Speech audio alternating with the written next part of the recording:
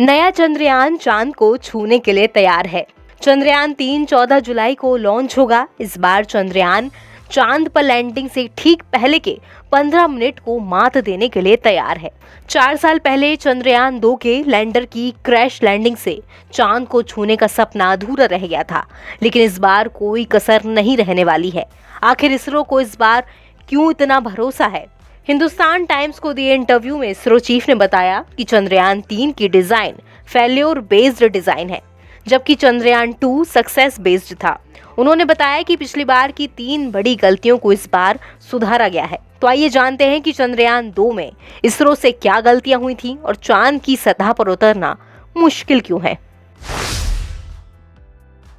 सोमनाथ ने बताया कि चंद्रयान 2 में हमने जो सक्सेस बेस्ड डिजाइन तैयार की थी, उसके उलट चंद्रयान 3 में हमने फेल्योर बेस्ड डिजाइन पर काम किया है।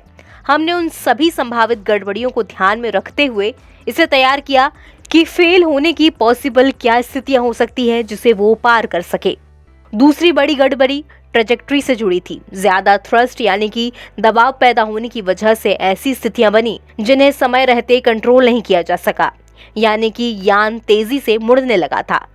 इसरो चीफ ने चंद्रयान 2 के दौरान तीसरी बड़ी गड़बड़ी लैंडिंग स्पॉट से जुड़ी बताई। उन्होंने बताया कि लैंडर चांद की सतह पर उतरने के लिए जगह की तलाश कर रहा था।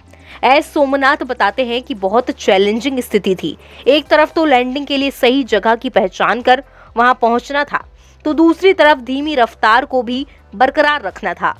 यहाँ ये जान लेना जरूरी है कि चांद पर हवा की कमी है, जिस वजह से किसी भी यान को चंद्रमा पर उतरने के लिए उसके पास जाते ही धीमा होना जरूरी है, ताकि चंद्रमा की सतह अपने गुरुत्वाकर्षण से उसे खींच सके। इसरो चीफ ने बताया कि इस बार लैंडिंग साइट के लिए छोटे से एरिया की बजाय बड़े इलाके को टारगेट किया जाएगा।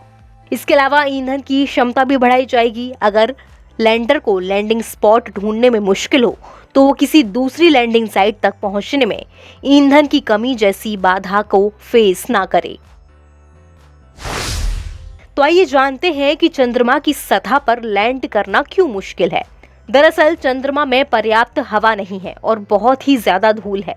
जब चंद्रमा या मंगल पर कोई अंतरिक्ष यान यानी कि स्पेस क्राफ्ट उतरता है तो उसे धीमा करना पड़ता है, ताकि जिस स्थान पर लैंडिंग करानी हो उसका गुरुत्वाकर्षण बल उसे अंदर खींच सके। पृथ्वी और कुछ हद तक मंगल के साथ सबसे बड़ी शुरुआती चुनौती उस ग्रह का वायुमंडल होती है। जब कोई स्पेस जैसी जगह जहां कोई हवा या गैस नहीं होती, ऐसी जगह से चंद्रमा जैसे ग्रह के वायुमंडल की दीवार से टकराता है तो तेजी से ऊर्जा पैदा होती है, जिससे आग लगने का खतरा रहता है। इसलिए स्पेसशिप खुद को बचाने के लिए हीट शील्डिंग लेकर जाते हैं, लेकिन फिर भी इसे पार करके लैंड करना एक बड़ा चैलेंज होता है। एनबीटी ऑनलाइन की रिपोर्ट।